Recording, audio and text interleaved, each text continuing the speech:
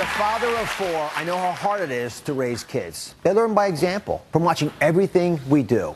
And that lays the groundwork for habits they'll have for the rest of their lives. So when one mother expressed concern for her 12-year-old boy headed down the same dangerous path as his father, I knew I had to step in.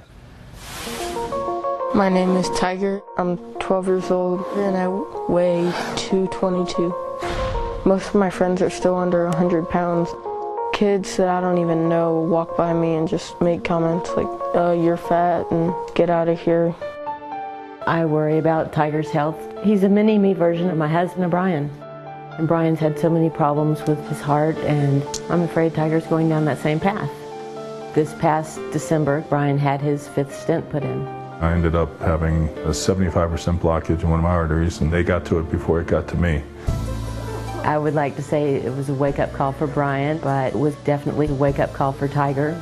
I feel like my health needs to get better by losing weight. My body feels very achy, and a lot of the time I'm very sleepy. Brian and Tiger, they are best of buddies, playing together, eating together, and that's starting to get a little out of hand. Tiger's my eating buddy.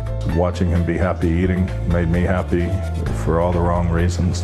My mom, when she gets us going on healthy food, she is very, very strict. Just give it a rest, man. Yeah. Thank you. But my dad, he'll tell us to eat healthy and he'll try to, but he's not the best example. We'll go out and sneak away from mom and eat chicken wings and stuff like that. I think I've done this to him. Kind of feel like I've let him down.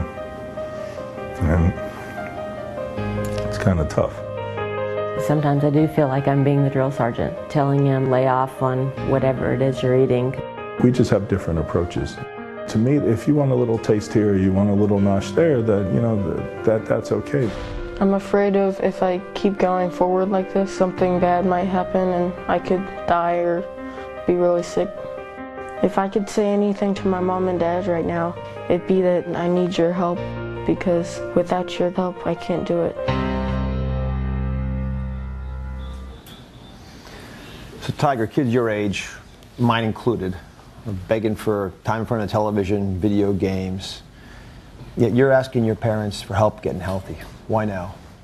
Because at 12 years old, I'm overweight, and I mean, I always know I'm going to be the big kid, just I don't want to be the overweight one. Yeah. And Marcia, you have sort of a different situation than a lot of folks. You know, your child's coming to you asking for help, and you've been trying to do things to make a difference, bring him the help that he desires, yet you haven't been successful. Why do you think that's so?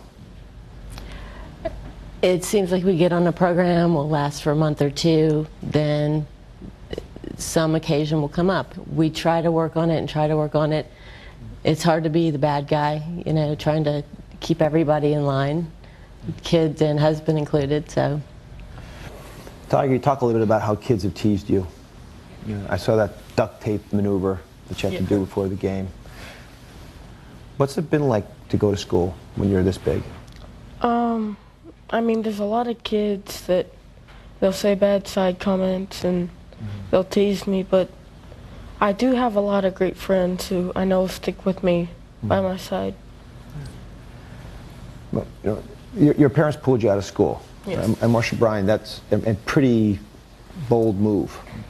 And you did it with the hope that it would make a difference. Do you think it's helped? I think we're off to a good start. We were trying to figure out, when Tiger came to me that night, we were laying in his bed and it kind of all came out one night in December. I said to Tiger, well, you know, we'll get to it, and he looked me right in the eyes and he said, Dad, you've said that before and we never do. And my heart just sunk. Do you remember that moment? Yeah. So what were you feeling then? Sad and emotional. Discouraged, like, you know, Bella said this before, we've started this before, what's going to be different this time? But he was also motivated. Tiger's never failed at anything. He could be the mayor of our town. Everybody knows him and loves him, he succeeds at everything. And we knew we were going to have to find a way to succeed, and it looks like maybe we found it. This is going to be a positive thing. We want to get going. What's your biggest hope when you go back to school?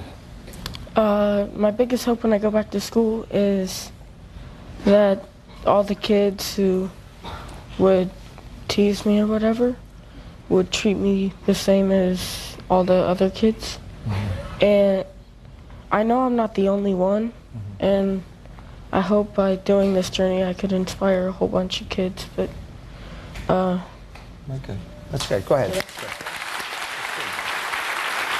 So, Tiger, I want to help you, but with any question, in order to help you, I got to help Brian. Because you guys travel together. Yep. The dynamic duo over here, you got to do it together. So are you guys willing to look into the truth tube, look at the honesty what's going on, and deal with this? Whatever it takes at this point, we're all in. Tiger? We can wait a little bit if you want. Tiger, how about if I go first, buddy? Want to do that? Is that all right? We'll think about it. You don't have to make any commitments. I'll get your dad in there because we'll start with him anyway. Hop up. There you are.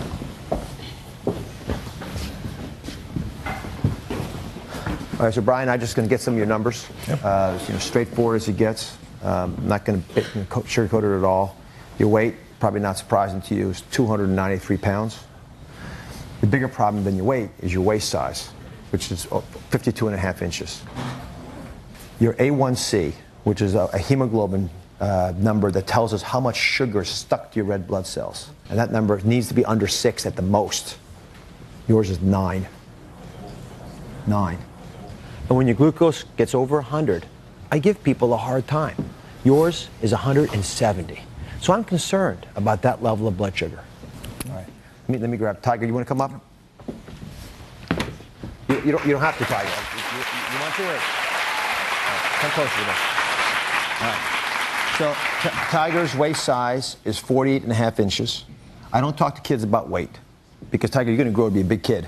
And as you grow taller, I don't want you worried about what your weight is because you're going to put weight on as you get taller. You're supposed to. So in kids, we just worry about their waist size. When you have a waist of that size, no matter what age you are, it begins to affect your cholesterol. Remember, you want your healthy cholesterol level to be, ideally more than 50 or 60, but at least more than 40. And as a kid, you want those numbers to be much higher. Your HDL, healthy cholesterol number, the good cholesterol that takes the junk out of your arteries and cleans your arteries, is only 35. Your triglycerides, which is the amount of fat in your blood, is 188. It needs to be less than 150 at most. Now, normally I just stop there, but the reason I want to talk to you specifically, Tiger, and you are brave for coming up here, and I thank you for doing it, because you're being a role model to a lot of kids, just like you said you're going to do, is that you actually look at the chemistry of your liver to see what your liver was telling us about your health. And your liver has chemicals that it makes. One of them is called ALT, and the ALT should never be more than 40. And yours is ranging between 32 and 46. What that means is your liver's screaming, saying, help, there's something wrong, something's bothering me, something's irritating me. So I was going to just leave it at that, but I think I should actually show you what the liver looks like, if you want to do this with me. Okay? Come on over. Brian, Marsh, come over. So these are your gloves. So the normal liver looks like that. And so that's what a fatty liver looks like. This is becoming an epidemic in America. Eventually, it turns to this. That's cirrhosis, not from alcohol. The alcohol is a toxin, right? That's how it kills the liver and causes that scarring, but fat will do it as well. I'm going to put these together. I'm going to make one big point here, because it's critical that we're all on the same page here. You see the 3 different kinds there, all right? You see how this is normal, the color's appropriate, it's able to work. This is fatty, it's like foie gras. It's stuck there, it can't do what it's supposed to do because it's being poisoned by fat. Eventually the liver scars in like any other scar from being repeatedly traumatized, and it comes like a little bits of pebbles glued together. At this stage, which is where you are, Tiger, and Brian, I'm sure where you are, it's reversible. When it gets to this level of cirrhosis, it's not. So what we need to talk about today is how to turn this back to this, which is the big challenge we have in this nation right now. So when we come back, we've got a plan to save the lives of Brian and Tiger. Stay with us.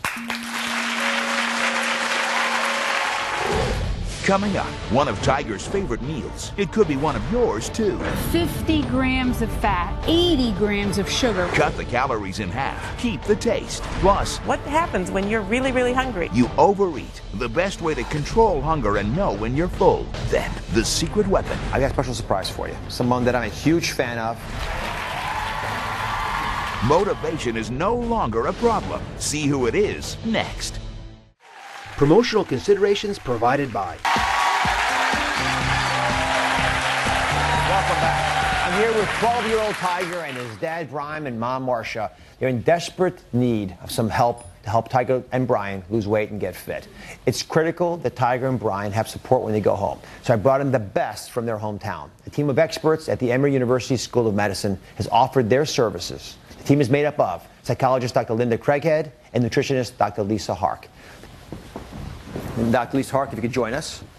So Dr. Hark, what does this family need to do?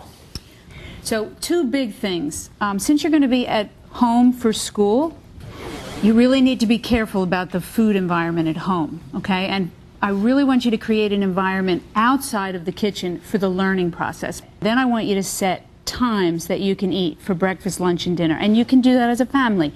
Now, your biggest problem, in my opinion, is that you're eating out all the time. Or you're getting takeout. So you're always bringing in restaurant food. And is this a pretty typical meal, Tiger? Yeah. Does it look familiar to you?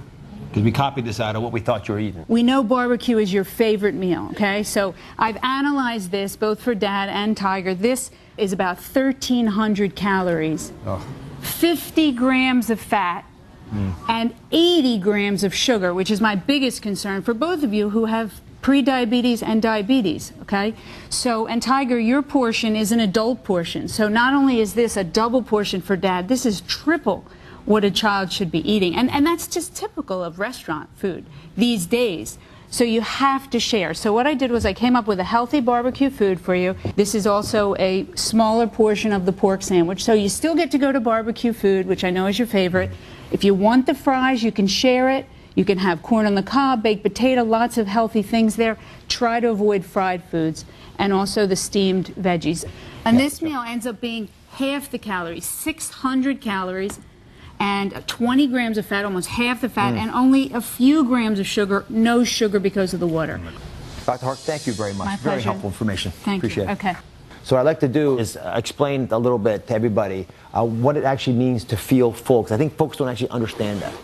That's a really big problem. And I'm going to help you guys learn how to pay attention to that and get back in touch with your hunger and your fullness. A lot of people, when they go on a diet, think they're going to have to be hungry. That is absolutely wrong. It's very important that you're not hungry. If you look at this hunger meter back here, this is what I want you to do. Every time you think you want to eat, or every time he asks you if he can have something to eat, say, check in with your hunger meter. Now, your hunger meter at 1 there is starving. We don't ever want to go there. When you're just hungry, we want you to start eating. So it's real important that people don't wait until they're really, really hungry, because we all know what happens. What happens when you're really, really hungry? You eat as fast as you can, and you eat way more than you need to eat. So we don't want to go there. That's a hunger violation. Dr. Craighead, thank you very much. Finally, the team wouldn't be complete if we didn't have a fitness element to it. You need a trainer. So I know that you're a big football fan. Is that true? In addition to playing yourself? Yeah. So I got a special surprise for you. Someone that I'm a huge fan of. He's a member of Core Team Oz, NFL great, Heisman Trophy winner, Eddie George. Come on out, Eddie. Hey, what's up, man? What's up, Tiger? How you doing, man? How you doing? Hello, how are you? Nice seeing you. Nice seeing you. Hey, Brian, how you doing, man? Nice seeing you. Good. What's up? Hey, everybody. So here's the deal. We got an off-season training ritual that you can start on right now. Get ready for the fall. All right? Are you ready to do it with us? Yeah. All right, Eddie, take it away. All right, man. Now, it's all about teamwork at this point in time. Dad and Mom, we're all going to do this together. So what we're going to do is we're going to chop our feet. When I say hit it, you're going to do a modified version. You're going to do a squat thrust and come up. Ready? You ready to do it? You ready? Come on. Ready? All right, there we go. Come on. Go at the work. Ready? Let's go. Here we go. Chop. Hit. So you got squat thrust. You got squat thrust, though. Good job. Good job. Good job. Those are hugely effective. Hugely effective. Now, we got one last little surprise for you. This is important because you got to remember this moment. Eddie, what do you got? I got a little football that I signed here. My name, my autograph on it. And my Heisman year. I won the Heisman Trophy in 1995, so we're going to get you ready for 2025. Woo! All right? That's for you, man. Congratulations. Eddie George, thanks, buddy. No problem. Tiger, I'm very proud of you. Thank you. Brian Marcia, Dr. Craig, Dr. Hart, appreciate it so much. Looking forward to your success, and we'll be right back. Up next, can you guess the secret ingredient?